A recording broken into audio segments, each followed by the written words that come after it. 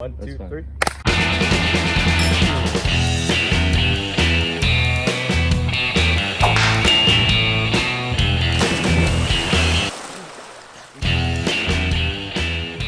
Three, two, one. We are live. We are live.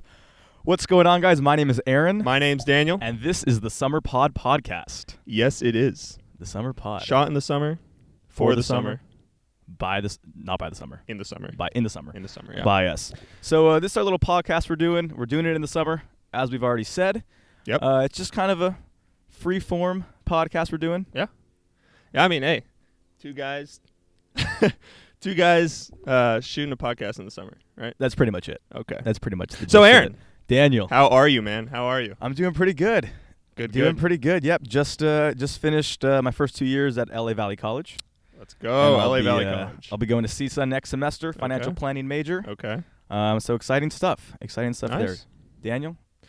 What's I up mean, with hey, you? I can't complain. Everything's good. I'm on summer break doing internship. Medical internship. medical internship. It's really interesting, actually. It's this guy. He's a doctor. His name's Dr. Shanuq Patel. Shanuq Patel. Sorry, excuse my Okay. language. And he does like stem cell injections and PRP injections. Huh. So he takes like your blood platelets that release growth factors, takes it and injects it into sites to help nourish the area. Mhm. And not really regrow, but strengthen the area, which helps a lot. Like I tore my ACL, and How many times?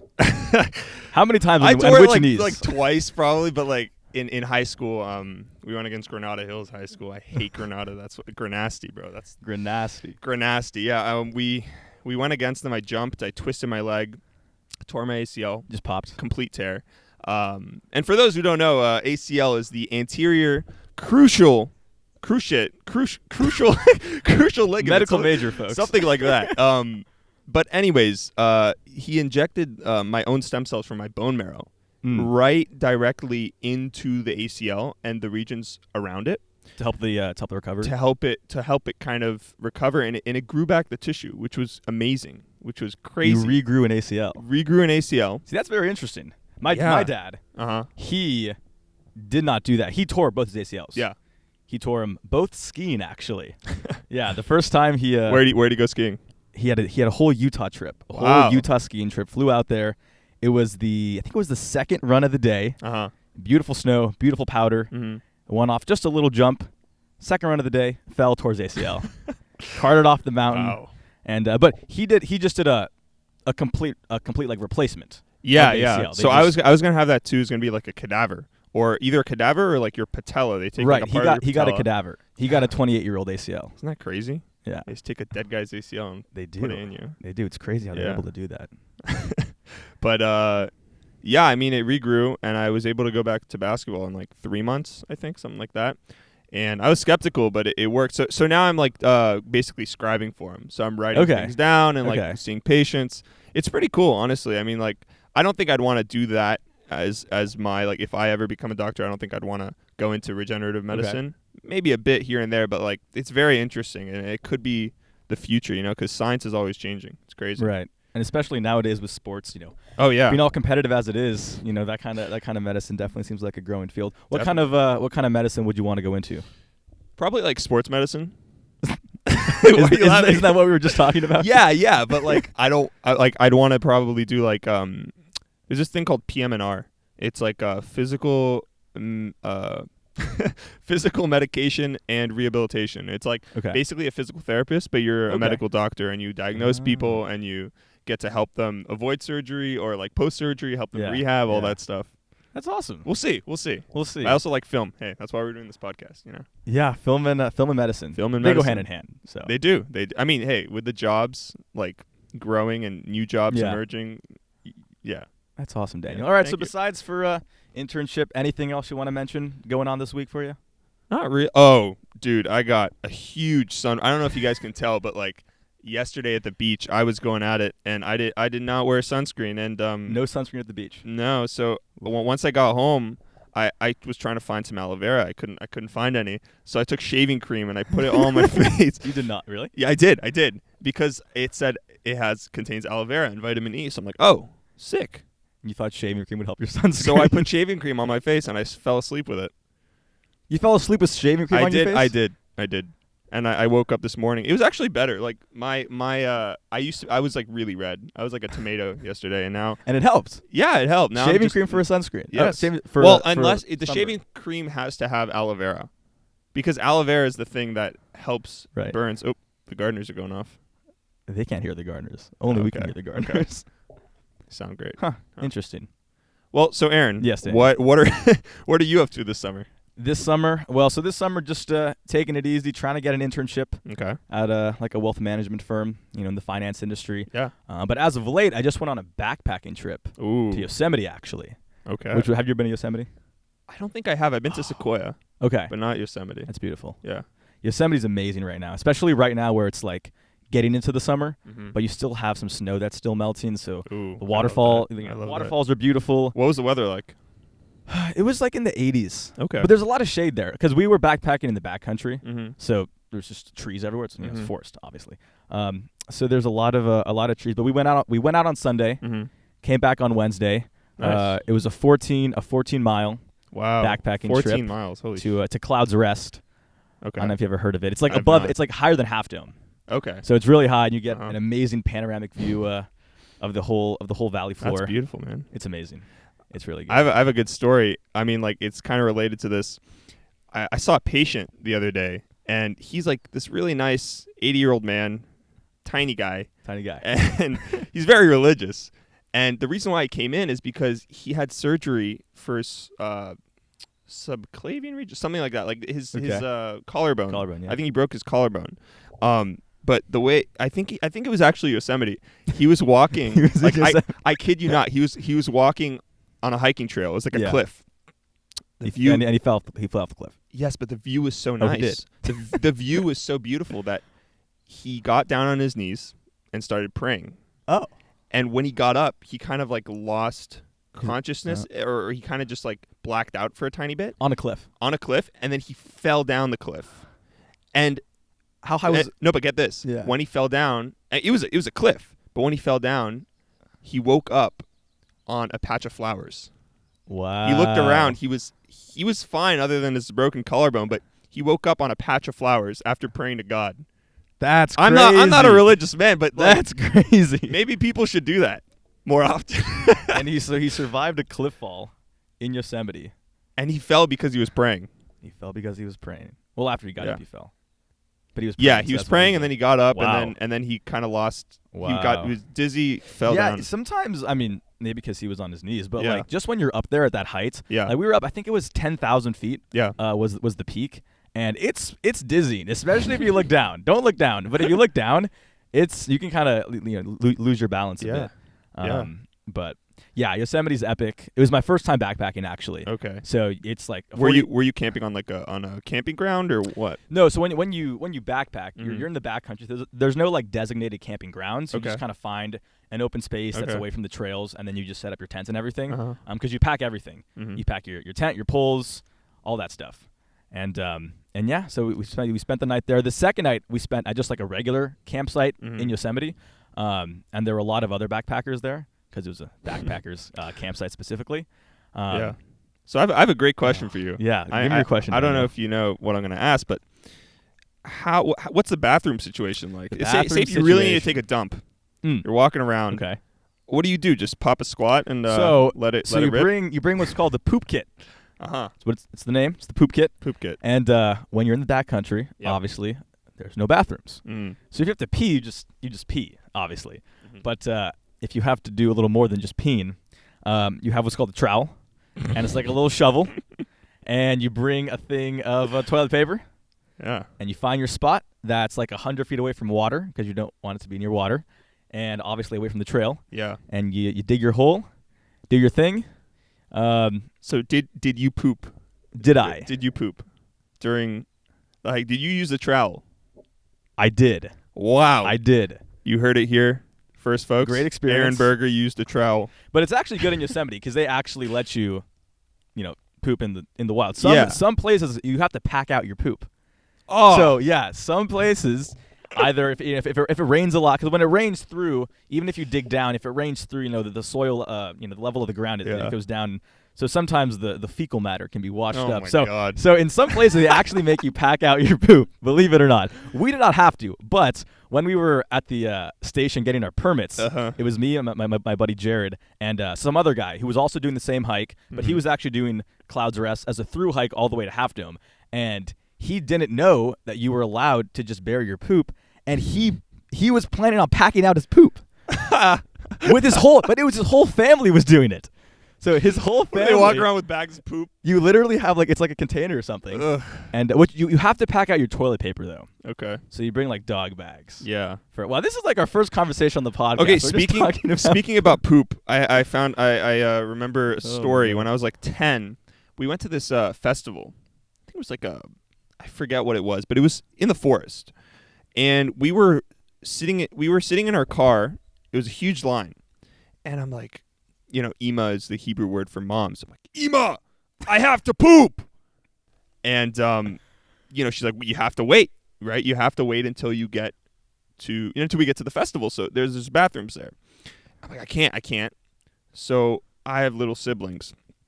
We used to have like a little portable potty in the back, especially for these situations, folks. My mom said, okay, you gotta, if you need to let it rip in the porta potty. Or in the little baby potty. So I went in the back seat, and I was pooping. And a guy, my mom rolls down her window because a guy comes up for security, and it smelled terrible. And the guy thought my mom farted or something. and I felt so bad. And then afterwards, I had to clean the toilet with my. Anyways, all right, let's talk about. Okay, yeah, let's move along. That's a great first podcast conversation. I must say. But last thing to note about backpackers. Have you heard of this thing called ultralight backpacking? Ultralight? No. Ultralight. So this is a thing that there were a lot of people in Yosemite doing this ultralight backpacking. Okay. Where it's basically backpacking, but you're ultralight. Like your gear is optimized to be extremely light. How is that possible? So usually your gear is like 40 pounds, 50-pound packs, depending on if you have climbing gear, it can be a little bit heavier. Okay. But ultralight backpackers is basically you have all your gear. First of all, it serves like multiple purposes. Okay. Right. So like you have containers and containers. Everything's like titanium, which is like super lightweight. Yeah. One crazy thing that a lot of these ultralighters have is their tent. Their tent poles are their hiking poles. They use them for both. So it's like a special very light tent, and the poles are just your hiking poles. Wow. So these people they take like their toothbrush and they like saw off their toothbrush. So it's like a teeny little thing. Oh my god. And it's just like the bristles and like a little bit.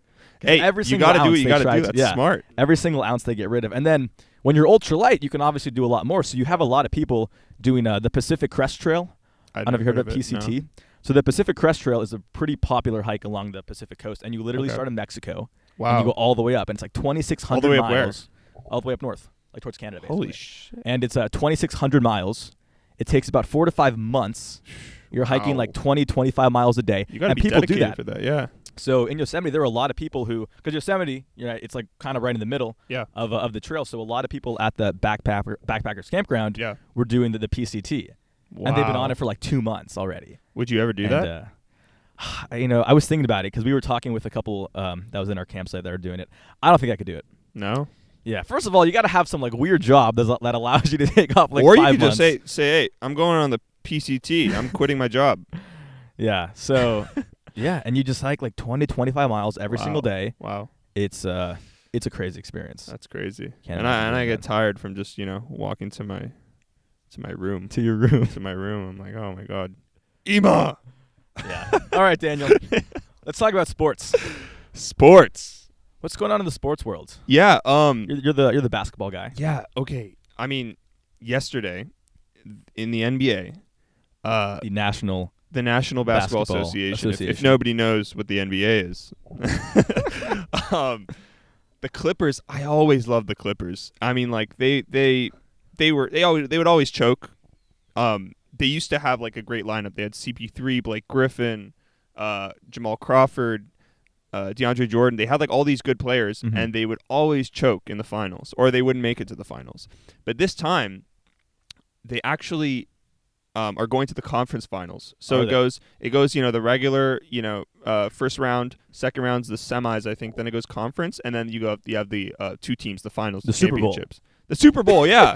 And they scored a hole-in-one, too. No, they scored a hole-in-one in the Super Bowl, wow. But yesterday, the game was crazy because the Clippers were if they would have won this game, which they did, they would close out the series, right? Because they were going against the Utah Jazz and make it to the conference. Make it to the conference or to the Super Bowl. To the conference, not the Super Bowl. But they were down like 20 points or something like that. Really? They were down 20 points. Which quarter? Almost, I think it was like the second or third quarter. Okay. They were down a lot, and they just came back, and then it kept flip flopping. Like the Clippers were in the lead, the Jazz were in the lead, and then they just the Clippers took the lead, and they beat the Jazz. Really? And it was ridiculous. And I could pull the stats up. What's his name? Man? You know who Man is? Man, I do not know Man. Trevor Man or something, or okay. He's on the Clippers? Yeah, he's on the Clippers. I think this is his second season. I'm not sure. But he went off. He had 39 points. Yeah, he had 39 points the whole game. And Kawhi Leonard, which is like the star player of the Clippers, he was out because I think he like sprained his knee or something like that. And they did it without Kawhi Leonard. Paul George, Man. Oh man, but no Lakers. No Lakers this year, huh? No Lakers. I'm not a Laker fan, but I respect them. But yeah, they got out in the first round. Yeah, it's unfortunate. Yeah. I don't really follow basketball, but I have been to 2 Clippers games. Oh, have you? I'm not a Clippers fan, for the record. Going to a basketball game is just so great. I feel like it's better than like baseball games are cool, football games are cool, but like basketball games.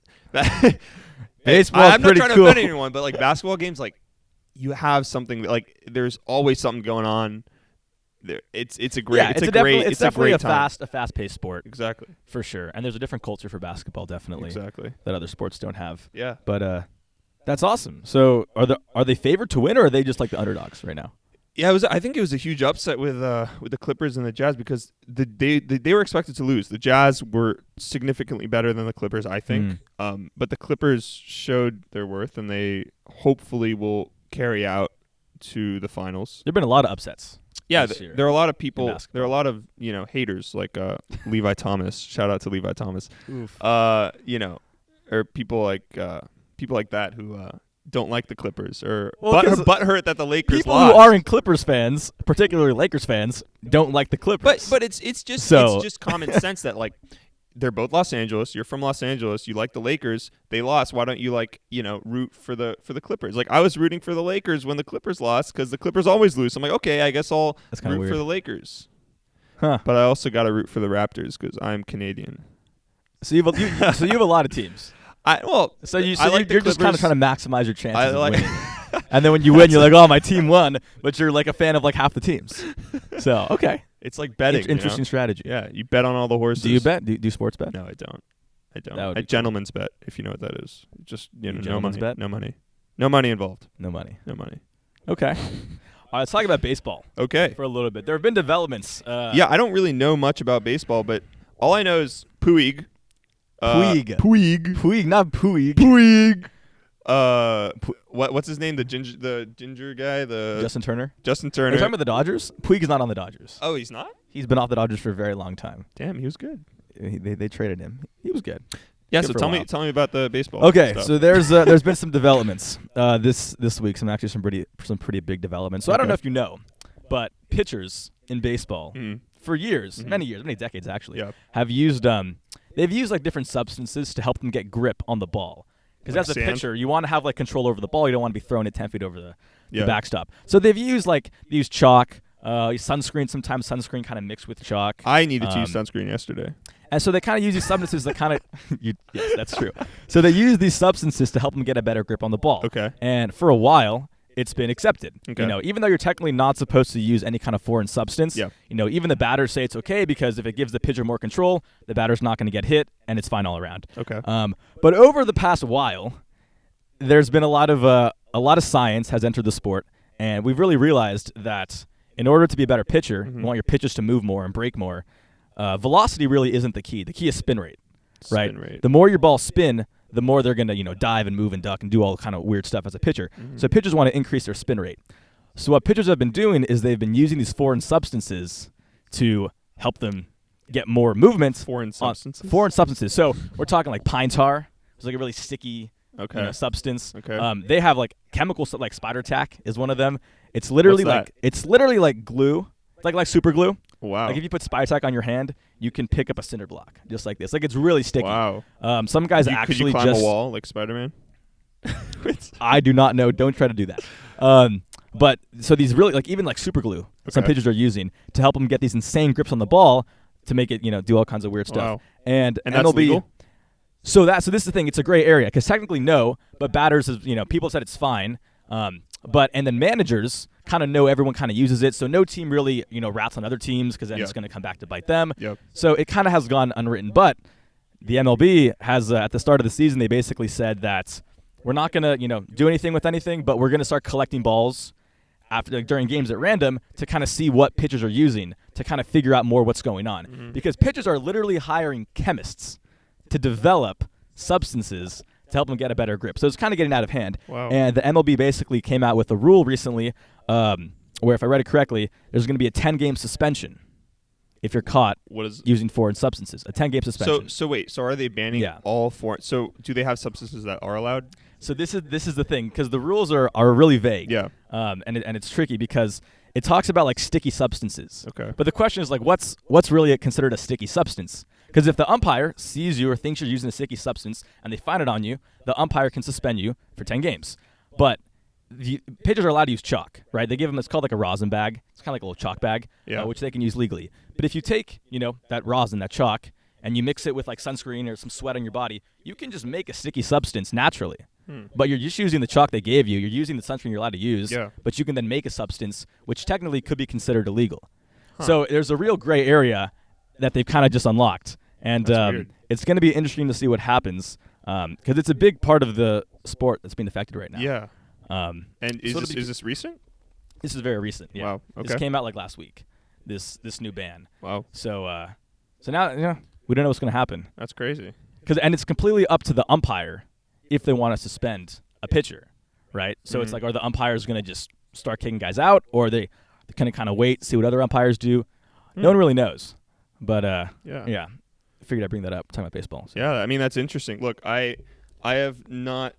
I think I've been to one Dodger game one time. That's basically it. I've only been to one, but it's a great time. I had a Dodger dog. I had these really good fries. It was carne asada fries and like a Dodger. Oh yeah, in the Dodger helmet. hat. In the helmet, yeah. Ooh, that was so. They changed the Dodger dogs. I heard. Yeah, they used to be Farmer John Dodger dogs. Are they Hebrew National now? They're not Hebrew National. There's some other supplier, but it's no longer Farmer John. What? They're just and they taste different. Is it not the same? It's not the same. It's not the same. It's a different mixture of meat. I wonder why they suspended it. Maybe they were like grinding up like humans. I don't know. Probably just contract expired or something. But okay, yeah, that's what they want you to think. That's what they want you to think. Yeah. Well, anyways, moving along. It's a really nice day outside. It is. I gotta say. It is. There's nobody can see because the sky is blue. Sky is clouds. Blue. And with the weather. It's very summery right now. Yeah. And I was gonna say, we have Oren Lonstein behind the cameras. Shout out to Oren Lonstein, our camera guy. Hello, Oren. I don't know if they can hear you. He doesn't have a mic. Yeah. Okay. Well. Okay. Okay. Let's talk. Let's talk. Daniel had an interesting story to bring up about a specific soccer player. Oh yes. I don't know about this one, but let's talk about this. Aaron and I share different opinions. Cristiano Ronaldo, is that how you pronounce his name? I don't know. Ronaldo. We know he had a press conference the other day, and he had, I think, 2 Coke bottles in front of him. Mm-hmm. And, he took the Coke bottles off the camera, off screen, and replaced it with water. Mm-hmm. Coincidentally, the day after, Coke lost like $3 billion. I think that's what it was. It was a couple billion. 3 or 4, I think. $3 or $4 billion from the stock market, I think, or their share plummeted. Their market cap. Yes. Yeah. So I mean, I think that's because he basically Ronaldo crashed Coke. That's what everyone's saying. And he tweeted, because I actually saw he tweeted something, and it was like, he was basically saying like, I'm an athlete, I have to perform at the top of my level, and water is better for you. So he was just kind of, and I think he also said like agua, like he agua. He put the water there, and it was just obviously I guess it was a bad image for Coke. Yeah, and Coke sold off the next trading day. Now, is it correlated? I mean, I think it is. It's correlated, but is there causation? Is it because of that? Well, look, it's just like you have Elon Musk talking about Dogecoin, and then Dogecoin just jumps like. No, that's very direct. That's true. Yeah, but isn't Ronaldo taking off the Coke bottles direct because it's Coca-Cola and he's getting rid of it? It could be. If that causes people to sell off the stock, it could be, but not necessarily. I mean, nowadays, like with influencers, like anything they do, you just you got to take that into consideration because hence the name influencers. They influence people to do big things. Are you a Coke fan? I don't know. I don't want to make the stock plummet because I'm pretty famous. Yeah, don't say anything too bad. You're gonna move these markets. Don't want to do that. I enjoy Coca-Cola sometimes, but I'm more of a water drinker. You're a water drinker. However, I really like root beer. Root beer. Root beer is good. What's your favorite root beer? Okay, there's Virgil's. That's really, really good. Shout out to Virgil's. This podcast is sponsored by Virgil's. No, it is not. We have no sponsors. Also, Doc Brown's. Have you ever heard of Doc Brown's? Oh, yeah. Really good. That's like cream soda, right? Well, they make cream soda, but it's usually root beer. Okay. Root beer and cream soda. I think root beer's kind of gross. Really? Yeah. A lot of people, you either like it or you either like love it or hate it because it's like a lot of people say it tastes like toothpaste. You know what's really good?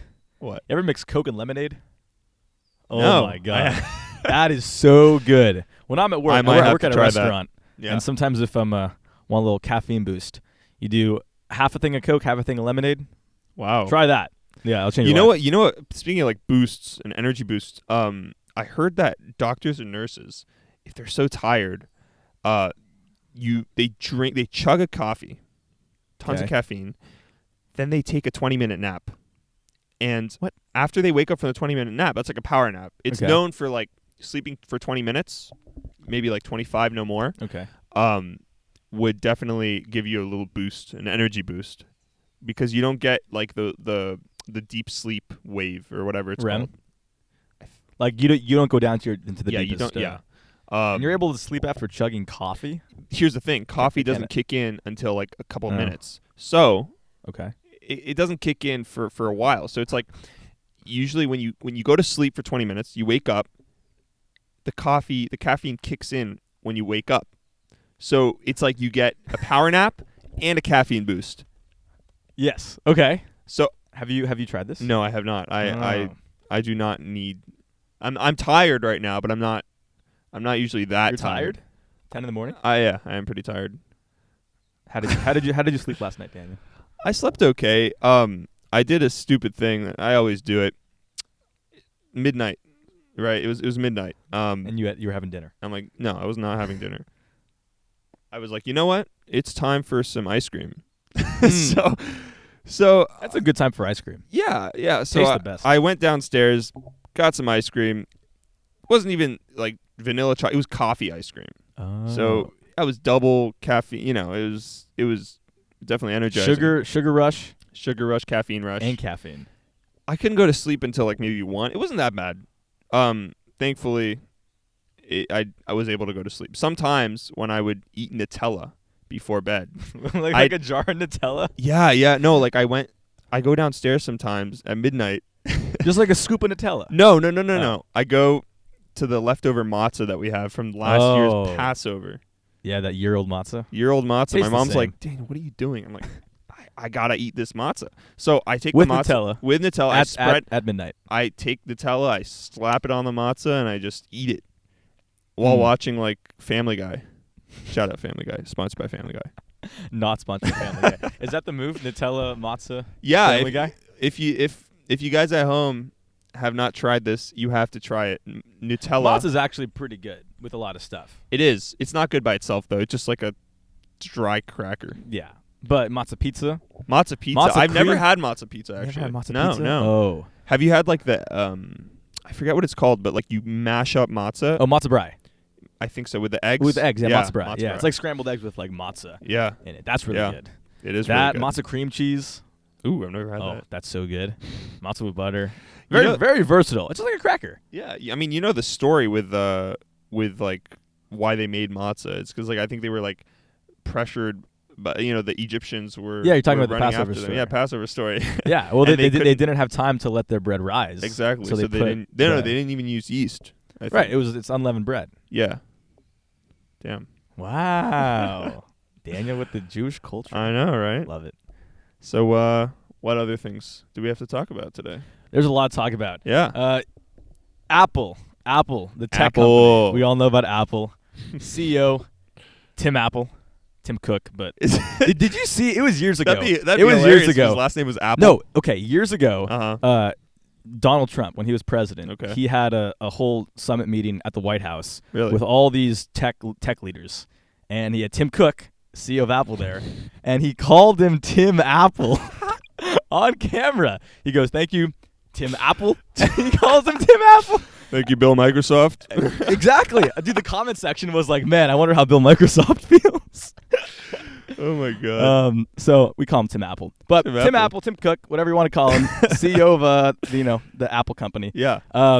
They were supposed to release. Well, it was theorized and confirmed that new MacBook Pros are coming out. Dude, I don't even know like what. There's so many new things that always come out. Yeah. I cannot keep track. So we all know what the MacBook Pro looks like, but there's a brand new redesigned MacBook Pro coming out. So you have like the 13-inch and the 16-inch, but it's going to be a 14-inch and a 16-inch, but they're bringing back all these ports, right? Because after 2014, or 2015 rather, it took off all these ports. Yeah, like my MacBook right here, it's a MacBook Pro from 2017. Yeah. And I have to plug in an external dongle. Dongle. I have to plug in the dongle, yeah? With like different ports, like USB, HDMI. Right. Because it's honestly so stupid. I mean, so it's just all these leaks have come out in the Uh-huh. past several months that they're going to be releasing new MacBook Pros. They got the schematics, they got everything, and it's going to have HDMI ports. It's going to have an SD card reader, USB port, all these ports. Yeah, and it was rumored, basically confirmed by all these leakers, that they would be released in the first week of June. Which is Apple's developers conference. But how do you know this is true? Like all these leakers, quote unquote. So like, who are the leakers? Are they so like the leakers, 40-year-old men in their basement? The leakers are a lot of different people, but they have everything is kept really private because Apple is really secretive about their products. But people, they have connections with people in the supply chain, people in factories, people even within Apple, and things are leaked. But Apple's been cracking down and trying to combat it. So it was almost basically confirmed that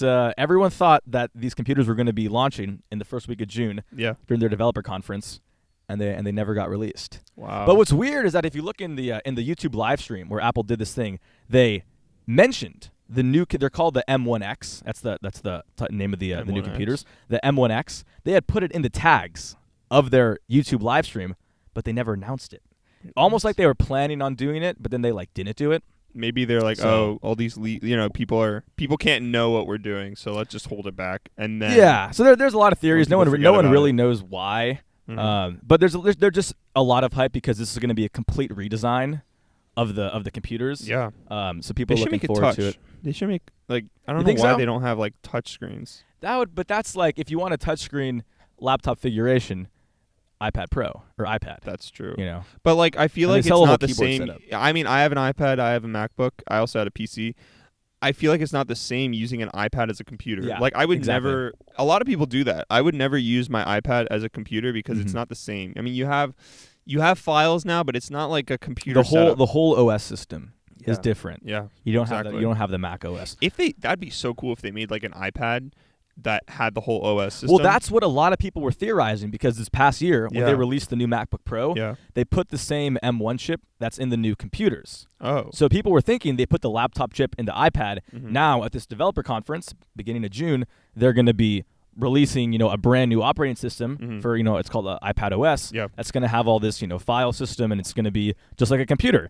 And they released the new iPad OS, and it's nothing like that. Damn. So people were pretty upset because a lot of people, are buying iPad Pros with the anticipation that they're going to become more and more like a computer in terms of the operating system, but it's just not happening. Also, people sold, I don't know if I told you this, people sold their MacBooks, people sold their laptops in anticipation of this event. Oh my god. Because they were How can people be like so they were so confident, because also these leakers have track records. These leakers have track records, and the track records are like monitored by, Apple Track is a company that they monitor all these leakers and how correct or incorrect they are. Mm-hmm. And people were so confident that these people literally sold their current computers. Why would you do that?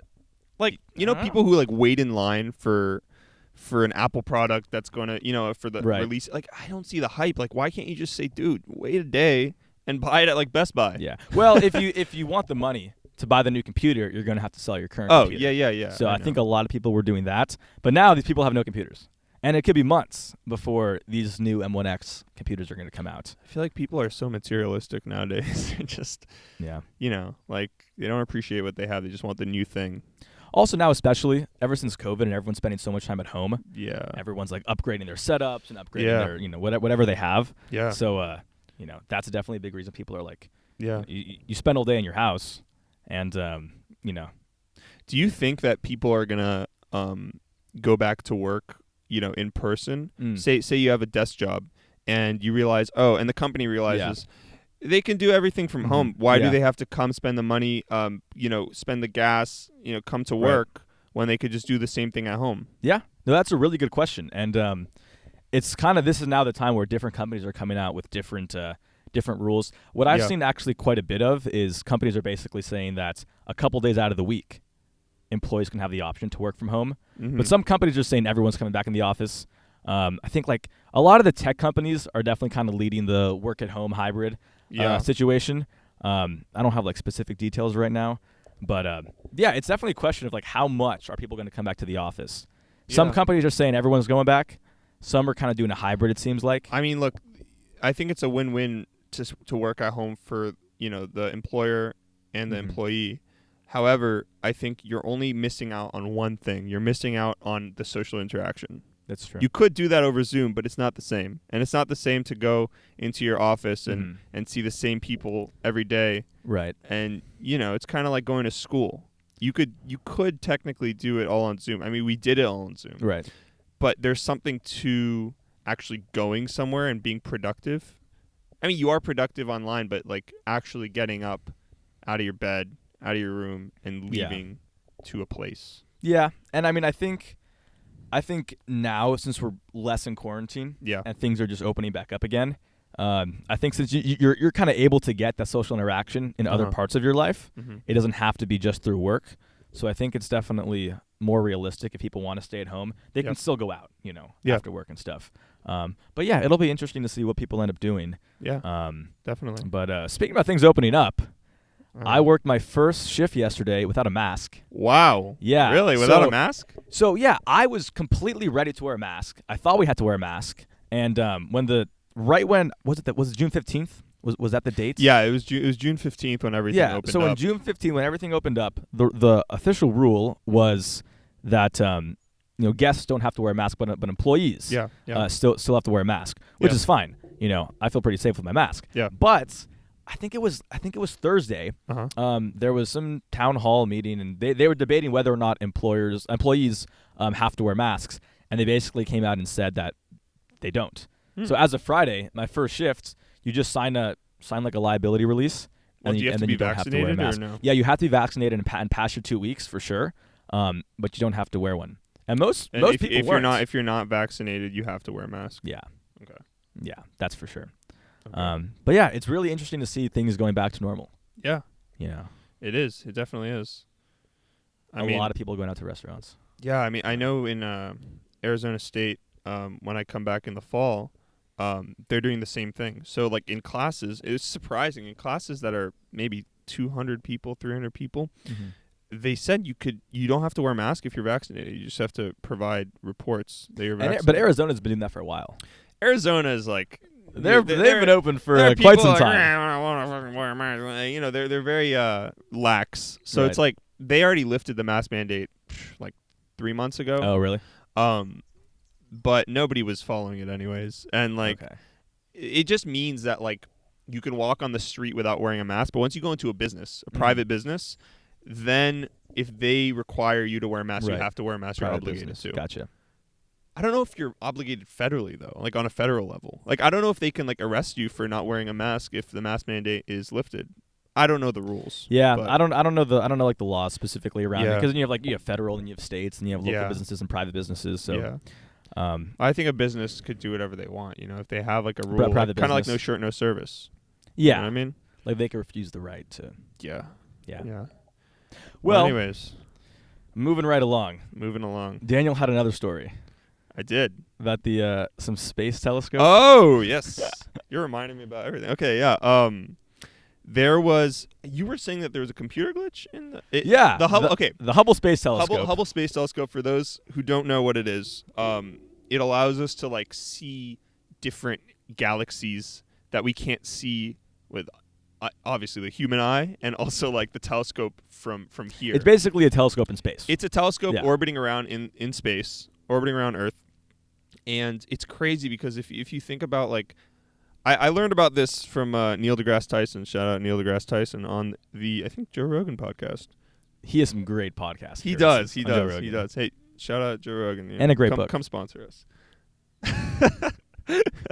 But anyways, if you think about like the theory of the universe, like how the Big Bang Theory, the universe explode or like tell me how it went, Daniel. Break it down. I'm not sure. I don't really know, but it like some atoms collided, something boom, and they collided. Everything went boom. Okay, and it started expanding, and when it expanded, it created different galaxies. Those galaxies have different solar systems. Those solar systems, Anyways, it created different galaxies. Okay, and if you look, this is the crazy part. If you look with the Hubble telescope, like far, far, far into like the farthest galaxy, if you look into the distance, you're basically looking into the past. Right, that's true. You're looking into the past, meaning like you're seeing past galaxies that were made before our galaxy was created. And there are thousands, hundreds of thousands of galaxies. And it's crazy because within those hundreds of thousands of galaxies, there's like I think it's called a nebula. I'm not sure. Yeah. And we're in a nebula, but then there's so many other nebulas containing hundreds of thousands of galaxies, and those galaxies contain hundreds of thousands of solar systems, and those solar systems contain many planets. Pretty big universe. Crazy, like pretty big. I don't know if there's like life on any of like the planets around us in our solar system, but definitely in our galaxy there's. It just seems like there's so much out there. Yeah. So much we don't know about. Yeah.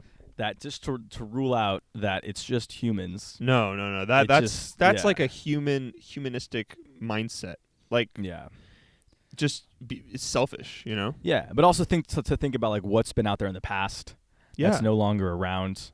There's a crazy theory that like we only see in the third dimension, but what if we're surrounded by people right now or other beings in the fourth dimension? Because I think we were talking about that when we were biking one time, and Aaron was trying to explain to me the whole fourth dimension theory about Albert Einstein while we were biking 10 miles. This is going to get a little weird, but dimensions are crazy because we live in 3 dimensions. Yeah. Right. But when you really think about dimensions, so let's say 2 dimensions. Okay. So think about like an ant almost. Imagine you have an ant where it's just on like a flat surface, but imagine it's just like a completely flat surface. The ant can't look up or down. They only see across one plane. Kind of like and they can turn around. Video game, Super Mario. Kind of, actually kind of, yeah. So you can only see like what's directly in front of you. You can't look up or down. So you're living in 2 dimensions, right? Because you can move forward or back or sideways, but you can't look up or down or anything. So you can only see what's right in front of you. So if I put like, let's say an apple, a circular apple. Yeah. A spherical apple. Okay. Right? That's 3 dimensions. If I were to take this apple and pass it through, let's say, the line of sight of that creature that's in 2 dimensions. Horizontally. Bring it straight down vertically. Yeah. Oh, that creature wouldn't be able to see a spherical object. Yeah. It would only see like slices at a time as I bring it down. Because it can only see what's directly in front of it, which would just be like a slice of that apple as I bring it down. So to the creature, it would look like the apple would just, like a slice would just appear and then disappear. Because again, it can't look up and down and see the entire apple. It could only see a slice of it because it's in 2 dimensions. So then the idea is a creature in 4th dimensions would have the same effect on us. Where it would appear, we don't know how it's going. Just like a 2-dimensional person would not know what a 3-dimensional person can see. Right, because when you're 2-dimensional, you can't see what's going on in 3 dimensions. Exactly. But when you're 3-dimensional, you can't even think about it. That's the crazy part. There are ways to think about it. Like, for example, like a tesseract. A tesseract is a way to understand the 4th dimension, and it's basically, think about you have a square, right, which is 2 dimensions. Then you have a cube, which is 3 dimensions, and a cube is 6 squares. Then you have a tesseract, which is 4 dimensions, and it's basically a cube, but each side of the cube is made up of a cube. So it's a bunch of 3-dimensional objects making a 4th-dimensional object. Yeah. And with a cube, you have a bunch of 2-dimensional objects making a 3. So it's really difficult to understand. If you look at a picture of it, you can't even visualize it. But I feel like maybe we can start thinking in a 4th dimension, but I feel like we're trained ever since we're born to think in 3 dimensions. Well, it's not that you're trained; it's that you live in it. So you can understand the 3 dimensions because, like, do you think theoretically, if we lived in the 4th dimension, like if like we're just used to 3 dimensions and we live in the 4th dimension, do you think we'd be able to like actually understand what the hell is going on in the 3 dimension, in the 3rd dimension? If you take me and you, we live in the 3rd dimension. I don't know about other people, but we live in the 3rd dimension. Okay. And I take you and I put you in the 4th dimension, whatever it may be. Yeah. Do you think you'd be able to comprehend everything that's going on? Well, that's what I'm saying. If you live in the 3rd dimension, you can understand the 3rd dimension, you can understand the 2nd dimension or the 1st dimension, because that makes up to the 3rd dimension. Mm-hmm. But if you're in the 4th dimension, you understand the 4th dimension and you experience it's hard to explain, because it's like how do you explain living in 3rd dimension? Well, it's like saying how can I explain that this is like a spherical or a cylindrical object? That's crazy. It's just how it is. It's just a state of being. Yeah.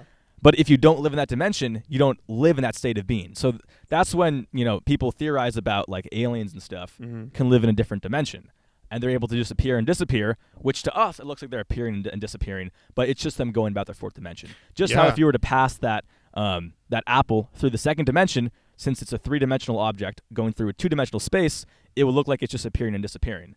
Wow. But to you, it makes perfect sense, but to the 2-dimensional creature, it makes no sense.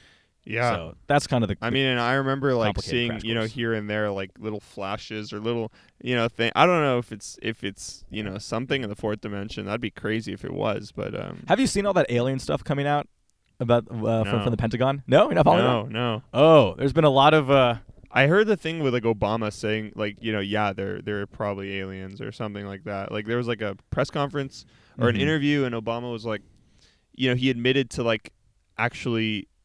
Oh, no. It was like the military when they spotted like different like floating saucers or something like that. For years and years and years, the military's been like spotting a bunch of like random stuff that's out there that they can't explain, but they have video proof of it. And a lot of it's coming to light now. Mm-hmm. Specifically, I think it was one of the early COVID bills. Some politician, some group, they snuck in a thing into this multi-thousand-page bill where it was basically like mandating a report to come out on aliens or on.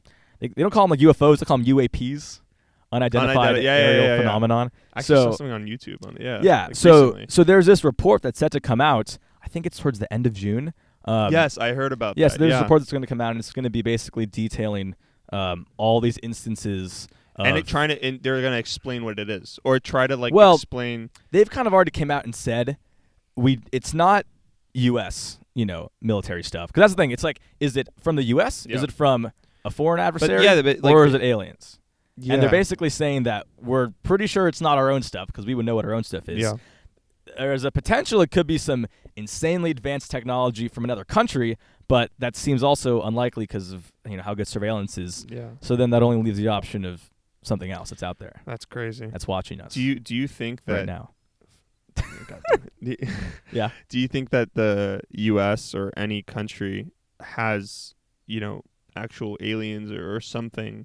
Oh, like if they hiding have from like a crashed alien spaceship or something. Like I don't know. I feel like they're like I am skeptical sometimes of the government, as everybody is. But like I don't know if I'm skeptical enough to believe that they have crazy things like in Area 51 that they're hiding from the public. I mean, they could be. That's the thing. Like, we don't know. But it's weird how, like, thinking about the universe and stuff like that, we all don't know what that is. Mm-hmm. But it's crazy how the government and people like that act as, like, the all-knowing being where we don't know, but we could know. I don't know, man. It's I don't know. It's crazy to think about. Yeah, that's for sure. I mean, you've heard of like the Roswell incident, the Roswell crash, New Mexico. I don't think so. It's one of the most famous stories of like a crashed alien site. That's the theory. It was a crashed alien. And it's just one of those stories where like something crashed in a field. A farmer came out to look at it. They claim it was just like a weather balloon. Yeah. But all these FBI and CIA and all these agents came out. They carted the thing off. There are all these like missing. It's just it's one of those like, okay, if it was a weather balloon, why was it taken to a secret military base? And why was like the FBI out? So that was a while ago. So people definitely have theories that the government's hiding stuff, but you're never really gonna know. And it's also like, how's it gonna change your day? Exactly. What's it really gonna do? Look, I believe that aliens exist. I believe that aliens, could be here right now. It just like, I feel like there's got to be something, because it's like, at least I don't see it. They haven't harmed us in any way. As far as we know. Unless they're just controlling us like puppets. Damn. Unless this whole thing is a simulation. Yeah? Think so? Yeah. There's a thing, I think Elon Musk was talking about it. How he's talked about it before. Yeah. They were in a simulation. Yeah, but he was talking about how crazy it would be, how like neurotechnology would change your lives forever, because think about it now. If I ask you a question like, how many capitals, or I don't know, like, I ask how many capitals in the world? No, I'm joking. Like how many provinces are in Canada? Okay, you wouldn't know that on the top of your head. It's 10, by the way. But wow, true Canadian. Yeah. Oh yeah. You darn tootin', eh? So you would be able to, quick Google search on your phone. Within seconds, you know the answer. Right. So you have that kind of superpower. You have that ability to answer any question in the world. Okay. On your phone. Okay. But imagine if those seconds were milliseconds. Imagine if you connected your phone to your brain. Right. And I'd ask you that same question, and you'd answer me within milliseconds. In an instant. You'd be like a robot. You'd be an AI. Like it'd be crazy. Like implanting computers in like your a brain. cyborg. Like a cyborg. Well, that's what his Neuralink company. I don't know if you know much about Neuralink. That's what. So Elon Musk, he has a bunch of companies, but Neuralink is one of them. And it's actually really interesting what they're doing. They're not really going for that right now. It's really to help people who have like medical problems. And medical disabilities, but they implant probes. They basically take out a little part of your skull, and they implant probes into your brain, in the back of your head, and the probes. It's super complicated, and they like built all these machines which implant it, and they serve all these functions. But the long run idea is let's say you're about to have like a seizure. Yeah. Let's say these probes are in your brain, and they're constantly monitoring the electronic signals that are going on. And so they can sense this Neuralink device can sense when you're about to have a seizure, let's say. That's so cool. And the idea is for it to then be able to send out like a counter signal. Yeah. To stop it from happening. Yeah. Right. In an instant, it can do that. So it's in the early stages, but they did this on pigs actually. They were testing it on pigs, where they put a Neuralink device in a pig. Yeah. And they also hook it up to just regular machines, and the Neuralink device was able to function in the same way that if you were like padded up with all those sensors, it's able to detect things. One crazy thing it did where they put a pig on a treadmill. Okay. And they had a motion tracking camera, and so you could see all the different limbs of the pig in like 3D space, it moving. Yep. And then they had one pig with a Neuralink device, and the Neuralink device, just reading the signals from the pig's brain, was able to just figure out where in space the pig's limbs were. So if the pig was like about to take a step, on the camera you would just see the pig taking a step. The Neuralink device, by seeing the signals from the pig's brain, it was able to figure out where its foot position was. Wow, and is able to recreate that in like a map. So it's really crazy that technology. Yeah, I mean it's crazy, and it's also scary. It is scary. I think I remember Elon Musk talking about how he would warn people, especially with AI, like we do not want this to get out of hand. It's like it's a black box. Look, it can either provide significant amount of benefit, or it could provide the opposite, significant amount of harm. AIs could take over the world. And AIs are already like really, really much ingrained in the technology we use. Like Google has it's entirely AI. And the crazy part is that the AI bots are getting smarter and smarter and smarter. Right. They're only getting smarter. They're not, it's because it's all machine learning, right? Yeah. They learn patterns. They're able to like an AI machine, specifically through like neural nets, which is like how they learn. They're able to, you're able to ask it a question, and it'll relay an answer, and it can't tell you why it's the answer. It just knows it's the answer because there's not a line of code for every possible thing. Yeah. That's the point of an AI, is that you don't code everything. You give it kind of the building blocks, and it builds from there. Does it code itself?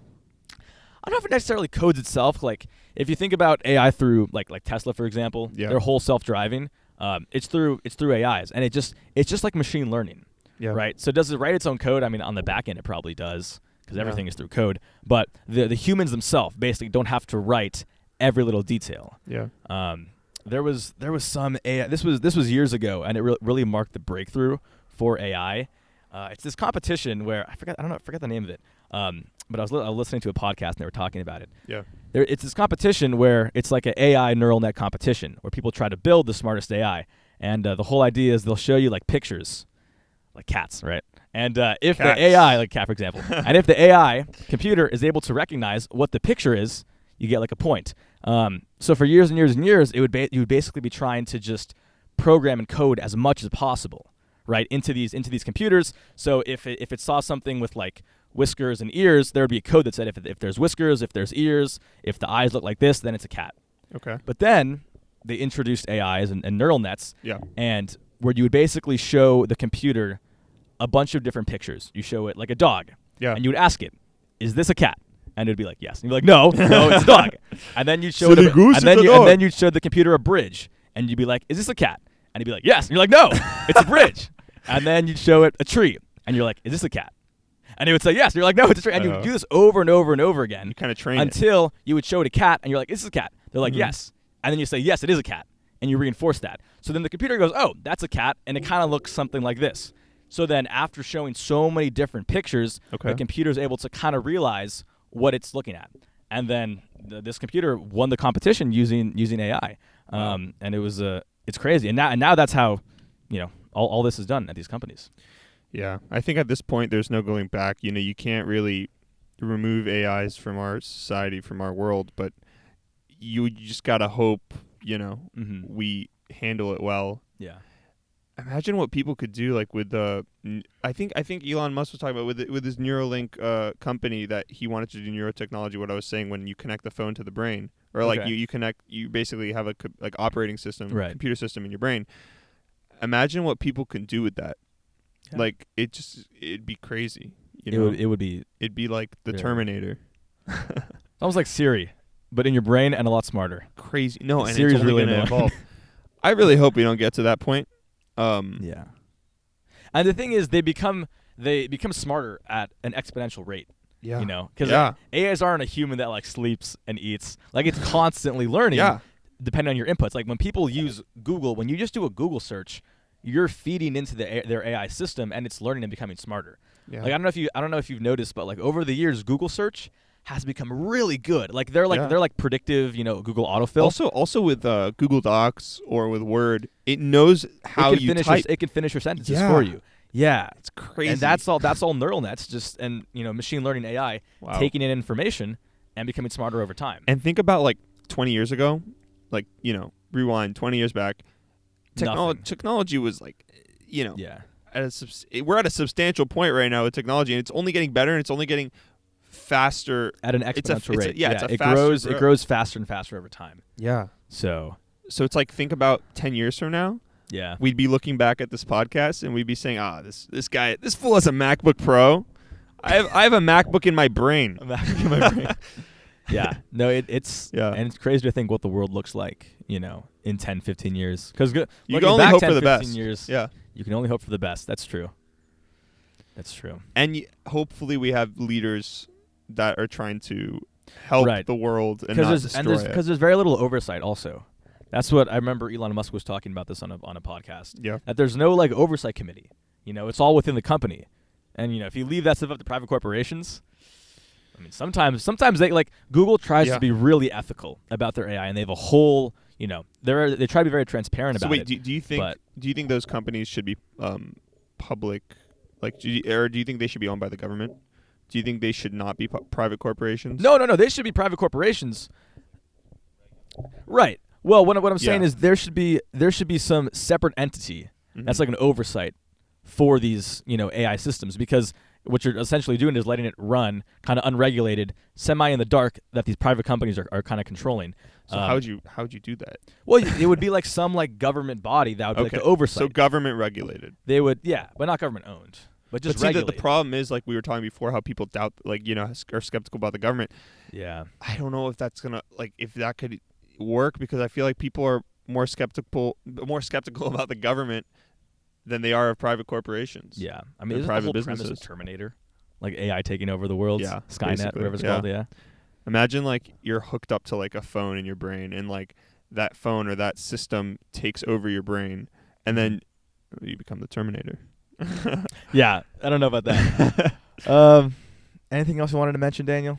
I don't know. I don't think so. Oh yeah, the Hubble telescope. Real quick, we barely even talked about that. We just touched it and then left. There was a computer glitch. You said? Yeah, there's a computer glitch. So, and this thing is like way up in orbit, and it's going like thousands of miles an hour. Not the easiest thing to do some maintenance on. They actually put it up, they put it up, and how it works is it has a gimbal. So like a stabilizer for your kid, because it like is going crazy, you know, orbiting around Earth, going super fast. Yeah. And it has a camera attached to it, and you want that camera to take good pictures, not blurry pictures. So you have to have a gimbal, a stabilizer, but you have to have so many gimbals on that in order to stabilize the camera, so, you know, and not wobble around. So they actually like had a problem with that, and I think a few years after the Hubble telescope was launched, there've been a lot of problems. Yeah, but they had like a whole team in NASA to go up. I'm not sure how they did, but they went up, they fixed it, they replaced the part, and it came back down, and it was successful. Successful mission. Fixing the telescope. Exactly. Yeah. But yeah, that whole thing with the telescope, it's crazy. It's crazy what it unlocked. Yeah. For the world. Yeah, and just space exploration. Yeah. In general. Yeah. You know. Bless you, Oren. Going to Mars. Oren sneezed. Sorry, what were you saying? No, I was just saying space exploration in general, and going to Mars. Yeah. Elon Musk trying to do that. Yeah. Anyways, it's amazing. It's amazing. Awesome. Are we? You think we talked about everything we want to talk about? I think this has been a great first episode. Yeah, it has been great. Thank you so much for watching. Yeah, I mean, hopefully we get to make more, episodes. If you guys like this, we're on YouTube. We're on Spotify. We're on a bunch of other platforms. Still working on getting Apple Podcast. They keep denying our podcast request, so we'll try to get that up. But yeah, we have our website up too. Oren, come in here. Oren, yeah, come in. This is Oren. Lonstein. He's in charge of the cameras. Hey guys, what's up? Oren Lonstein. Enjoyed the podcast. Yeah. And we'll try to do this every week. Yeah. So stay tuned, stay subscribed, and we'll see you guys in the next one. Wow, that was a great fist bump. All right, see you guys. Yeah.